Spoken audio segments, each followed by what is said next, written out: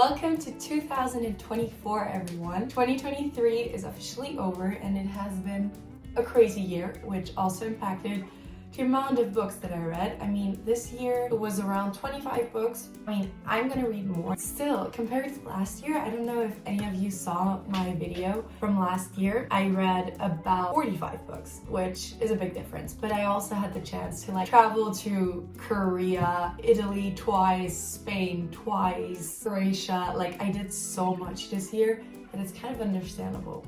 But still, next year is going to be better in terms of reading. The weather is downright atrocious right now in Austria. I mean, I also have COVID, so I can't get out of the house. So I was like, well, there's absolutely no better time to just sit down and ramble on into a camera about the books I read this year. I absolutely love doing this because you can just switch it off if it's getting too much, and I can just ramble until my mouth falls off. Grab a hot beverage, a snack, anything, sit down and enjoy. Quick disclaimer before I start, my ratings go from 1 to 5, and I'd say 5 is amazing, perfection, would definitely recommend. 4 is still very, very, very good, would also recommend. 3 is, I mean, it's good. If somebody asks me about book recs, I wouldn't really recommend this at first, but it's definitely still a good book, and you might want to try it anyway because it might be more your style than mine. 2 stars is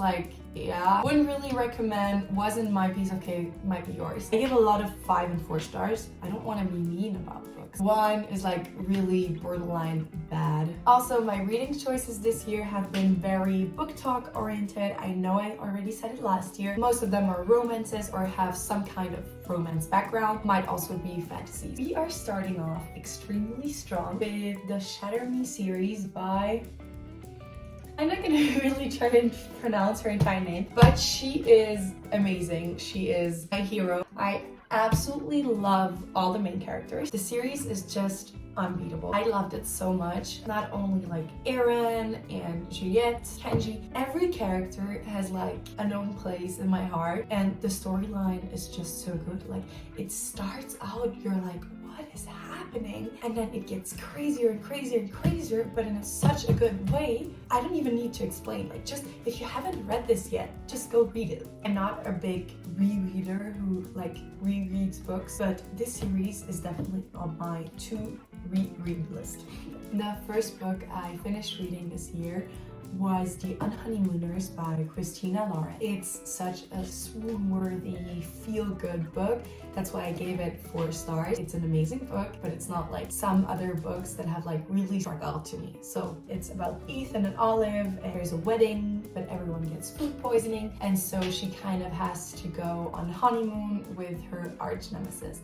And then there's a bunch of crazy things that happen. They meet a lot of people. I mean, I read it in January. It doesn't really fit the season. I mean, it's definitely a summer vibey book, but worked out for me. Next, we have the fantasy book written by Palin Bayron. Cinderella is Dead. It's a book that I ended up enjoying way more than I thought I would. I mean, I was kind of having trouble continuing and really getting into the flow, but then at around half of it, I couldn't put it down and finished it in a day. I really love the main character. Her name is Sophia, a very rebellious girl. I mean, it's a monarchy, but in a fantasy world, and a lot of crazy things happen surrounding Cinderella. I gave it 3 stars. It's a good book. It's not the first one I would recommend, but it is definitely worth trying if you know that you like fantasy. She's honestly one of my favorite authors, Ailey Hazelwood, with Loath to Love You and Love Theoretically. I gave this one 4 stars and this one 3. Let me explain.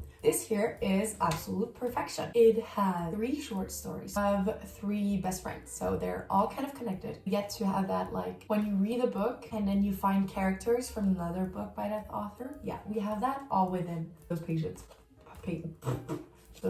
What I find so interesting about Ailey Hazelwood's books is that they're all kind of women in STEM oriented, and so those main characters have awesome jobs as well. We have an environmental engineer, we have a civil engineer, and a NASA aerospace engineer. How cool is that? It's also perfect for people who are either sick of slow burns or cannot stand them because, I mean, 3 stories in one, that means we get to the romance parts faster than in any other book. I mean, I wish they had been longer somehow, but I also loved it that way. I only gave this 3 stars, and I blame this on the whole physicist thingy. I cannot stand physics. I am sorry, I just cannot stand it. I'm not even sorry. It's just the way it is. Elsie is a theoretical physicist and Jack is an experimental physicist. And basically, apparently, they are kind of arch nemesis. I don't know if that's the right word. Kind of hate each other just because of their different disciplines. So we have a lot of past. We have a very strong female lead who stands up for herself in a way that was so proud of her. And we have this like kind of quiet, brooding scientist. Love it. And even though I only gave this 3 stars, because it was a bit stagnant to me, compared to her other books, a little component was missing. It's an exception to the rule. I definitely recommend any book by Ailey Hazelwood. Hannah Grace, my love, thank you so much for bringing Nate, Stassi, Aurora, Russ, Henry, and all the other guys like Bobby, Lola, anyone into my world. They truly have made it better. The series is still going. How is the series even called? Oh, I forgot how the series is called. The first book is Icebreaker. It's super famous on BookTok, Bookstagram, anything. Wildfire, which is more recent, and I just finished it yesterday. And then there's gonna be Daydream in June. I thought this book was already out and was looking forward to like ordering it. And then I see like pre-order and then I'm like, crap. And then I realized in June, I was like, this is not possible. I'm not ready to wait. Can somebody send me the book before that, please? Thank you. Icebreaker. Here we have a very icy romance. She's a figure skater, a really good one. Anastasia, aka Stassi. And we have Nate, the captain of the hockey team, who's just perfection. He's just perfection. The college they're at has 2 rinks. The one where the hockey players train gets trashed. The figure skaters and the hockey players have to share a rink. This is again the kind of book, just like the Shatter Me series, where like it's not just the 2 main characters who pull you into the story, it's just like all the side characters and just the whole storyline who is so expensive and just so perfect. There's no other word than perfect. And then we have Aurora's and Russ's story.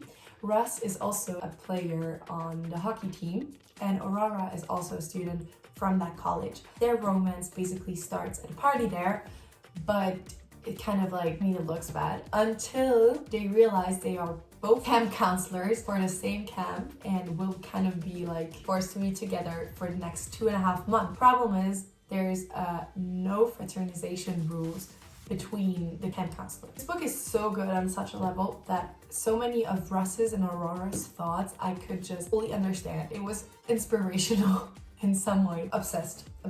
And I love that they hate being miscommunicators. I mean, it happens, but they work on it, so that is amazing.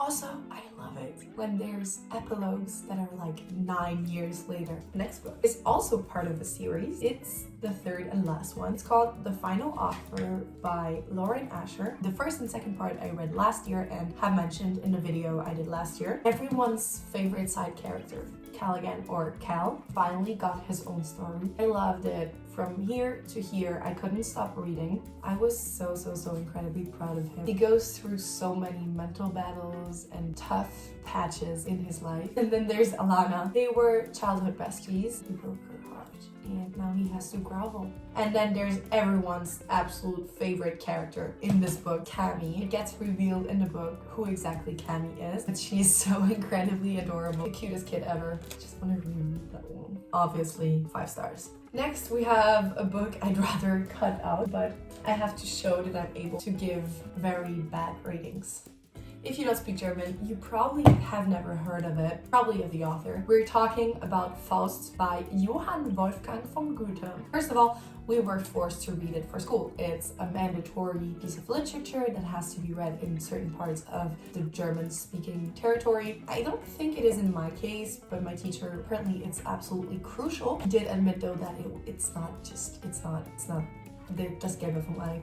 Honestly, I don't really get the hype. I believe that the fact that I had to read it, so that I was forced to read it, and then that I had to like learn a part of the monologue and present it, that I had to do like a really long protocol and stuff like that, that makes it like even worse. So maybe if I had like chosen myself to read it, maybe I would have enjoyed it more. To me, it's just like an old man going through a midlife crisis, and then suddenly he's making a deal with the devil, and there's witches, and then suddenly there's a 14-year-old,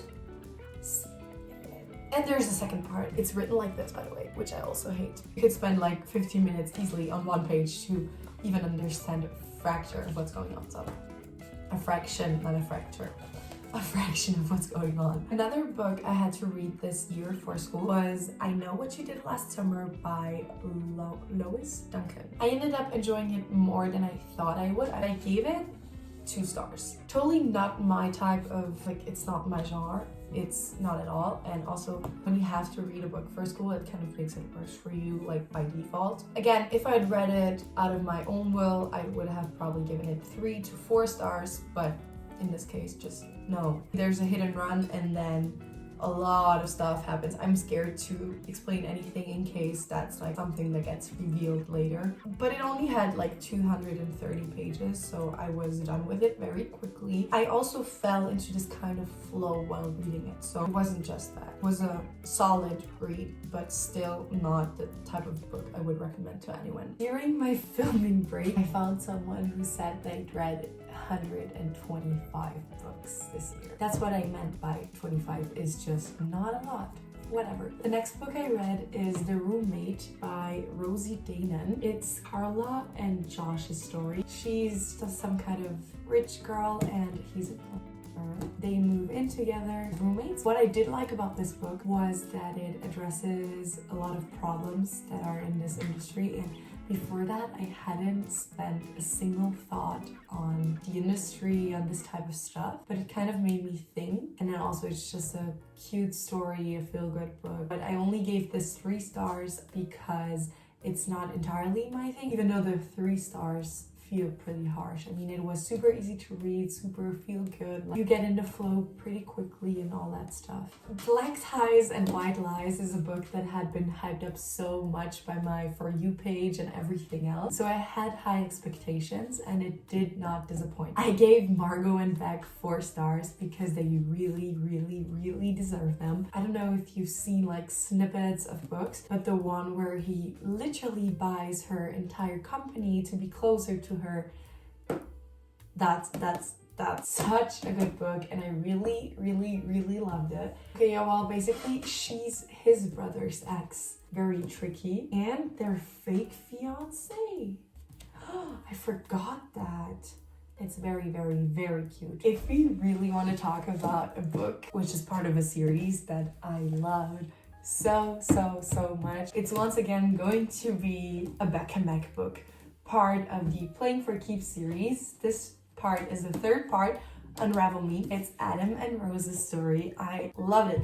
If you've seen my last video, I talked about the first 2 books, which I read last year.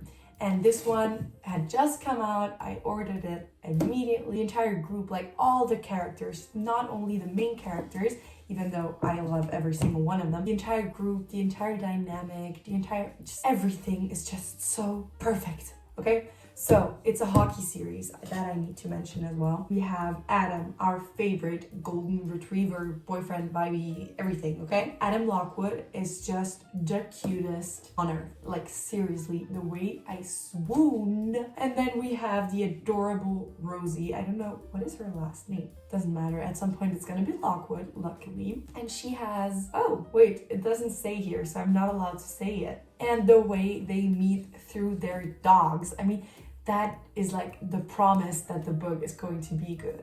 Just read it. I don't need to explain myself to you. Just read it and then try to explain to me why you would want to recommend it, because I have no words. It's just perfection. I was kidnapped to go have dinner, so I'm back. Do you remember last year when I talked extensively about Anna Huang and new series. Well, she started a new one, King of Sin series. 3 books are out so far, called King of Wrath, King of Pride, and King of Greed. The awesome thing about this is, again, all the main characters and the entire universe that is built around them. The coolest thing also is that characters from the Twisted series are also mentioned and also play a role in these books. All of them have 5 stars, obviously. I mean, it's Anna Huang. She's incredible. I cannot wait for the next books. I'm very excited that it's going to be such a long series. King of Wrath, which is about Vivian Law and Dante Russo. That sounds better when I read it out in my head. He's basically a billionaire CEO and she's a jewelry heiress. I cannot pronounce it. Her dad is his enemy. Forced marriage starts, but with a wholesome ending, so it's fine. Then we have King of Pride. We have the charming Kai Young, who is basically the son of the CEO of a big enterprise, and Isabella Valente, who is Vivian's best friend. She's a bartender, she has colored hair, she always speaks her mind, she's a very strong female lead. He has a super important CEO vote. Crazy plot twists all around the CEO vote. And then we have Dominic and Alexandra Davenport. Basically, they have been married for 10 years when the story starts, used to be incredibly in love. Something happens to break it off, and then Mr. Davenport has to grovel his way out of it. Again, I felt this kind of pride for the female lead. She's always been such a nice and friendly and just a pleasant person, but she let herself get mistreated, and then she finally speaks up and stands up for herself. And you can see, like, throughout the book, you see her and his character development, both for the better. Great plot twist. Next, we have the cutest book ever, Charlie, Love, and Clichés by Ella Mays. I've also read multiple of Ella Mays' books. This one is so nice. It's about Charlie and William. There's this whole, like, history that they have together, and they work together, and it's just very, very, very wholesome, cute. There's also a little bit of fake dating. She also stands up for herself, finally, to her father and her sister. A cutesy little read that I actually did read on the beach is Beach Read. It's about January and Gus. They are college rivals and move in next to each other. There's a lot being unpacked on both their pasts. Also a lot of history that's being uncovered. Basically, both have a writer's block and challenge each other to write the other person's style, like write an entire book the other person's style. She's like a romance cutesy author and he's the opposite, and so they just switch. He has to write a romance and she has to write whatever it is he writes. Pretty dark most of the time. 5 stars even. A Million Kisses in Your Lifetime is a book that I have seen a lot on BookTok and Bookstagram as well. I've seen negative and positive comments, but I'm definitely on the positive side. I really enjoyed reading this book. Sometimes I must admit there were scenes or times where I didn't really agree with what the main characters were doing. The whole storyline did entirely make up for it, and I mean, hello, he bought her every Chanel lipstick shade and then found her. Ooh, I'm not supposed to say that, I think, but what he did and how he changed also for her is adorable, and she's cute, so 4 stars. And to wrap it up, I mean, I've used the word feel good, swoon worthy, like comfort book series a lot, and it's true, this year I did read a lot of books who just brought me that inner comfort. I think for me it's like those romances where, I mean, a little bit goes wrong, but in the end, everything is good. I think that's my type of romance. Here we have one of my absolute favorite series. It's the Nakam series. I don't even know how to pronounce it. We have Things We Never Got Over, Things We Hide from the Light, and Things We Left Behind. It plays in a small town called Nakam, yeah. We have like this absolute small town bad boy who doesn't have feelings, apparently. Adorable. Then we have my favorite, Wiley. Okay, so it starts with a bad twin, good twin kind of situation, and a runaway bride, and we have the twin steals everything and stuff like that, and leaves behind her daughter, who is Naomi's niece. We absolutely love the niece. She's adorable. And the entire story is pretty crazy with that twin sister from the main character, boyfriend, a lot of, I'm scared of spoiling it for people, but there's a lot of crazy, even dangerous stuff that happens. All the 3 books are like, compared to others, are like pretty long. I really read through them in basically one sitting. Absolutely adored being in this world, you know? Sometimes I get like homesick from a universe or like a book verse I'm in, so I need to keep reading because I really get a feeling of homesickness, which is actually pretty crazy. Things we had from the light. Here we have Nash's.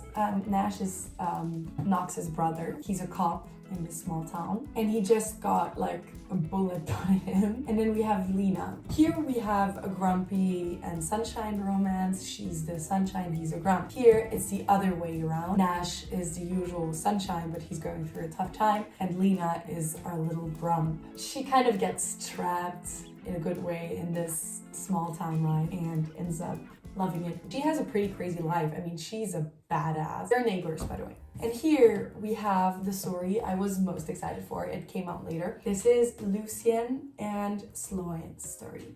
So basically, Lucien, Nash, and Knox grew up together like brothers. He isn't biologically their brother. They did everything together as children, got into trouble, everything. He went through a lot of trauma in his childhood. Now he's the super rich guy, like the fictional man, you know, like morally gray and super tough and rich, all that stuff. And then we have Sloan. I don't know, in my head it just jump over it when I read it. Sloan is like the cute town librarian. She owns library, obviously, does a lot of good with it. Honestly, I'd like to be friends with all of them. Sloan also has a past with Lucien. They grew up together and nobody knows what happened back then. Right now they really, really hate each other. They go from childhood friends to enemies to lovers. Absolutely loved it. It's with this book that I'm finishing my 2023 book wrapped. I hope you enjoyed it as much as I did. I love talking about my books. If anyone has any questions or any opinions about these books, I would love to hear them. I absolutely love discussing books I've read before. Even if you hated a book, I would just love to hear what you thought about it exactly, so I can go into detail. Right now I kind of have to go quickly over it without being too much. So the thing is with me, I started like 1,000 books as well this year. And so technically I haven't read these books yet or finished them. I started them this year. Here we have a book I just received. So that's going to be my next read. 5 Feet Apart. I mean, I know the story. It's super known, but I received it from a friend for a Secret Santa. She even made me handmade stickers. Are you kidding me? I absolutely love them with like quotes from the book and stuff like that. And she even like annotated it a bit for me, so I definitely am going to read this next. Then we have this book right here called Wir Kinder vom Bahnhof Zoo. Is a pretty famous story about a girl who basically starts taking drugs when she's like 12, and it's a true story. I'm reading this for a school presentation. Then I also started The Great Gatsby. Then we have Why Has Nobody Told Me This Before? We have a series that I started. It's called If We Ever Meet Again and If the Sun Never Sets. There's 4 books, and it's also by Anna Juan. Here we have a French book, which is by Musso, La Jeune Fille et la Nuit. Can we talk about the fact that my teacher gave this to me before I went to Spain for 2 months? I mean, this is adorable. And then we have the super famous TikTok book, If We Were Villains by ML Rio. That's gonna be it from me, folks. I hope you have a really, really nice year. I hope that 2024 is going to be your year. I must say I hope this for myself because I'm turning 18. I'm going to university, hopefully. I'm moving away again, hopefully. I'm rambling again.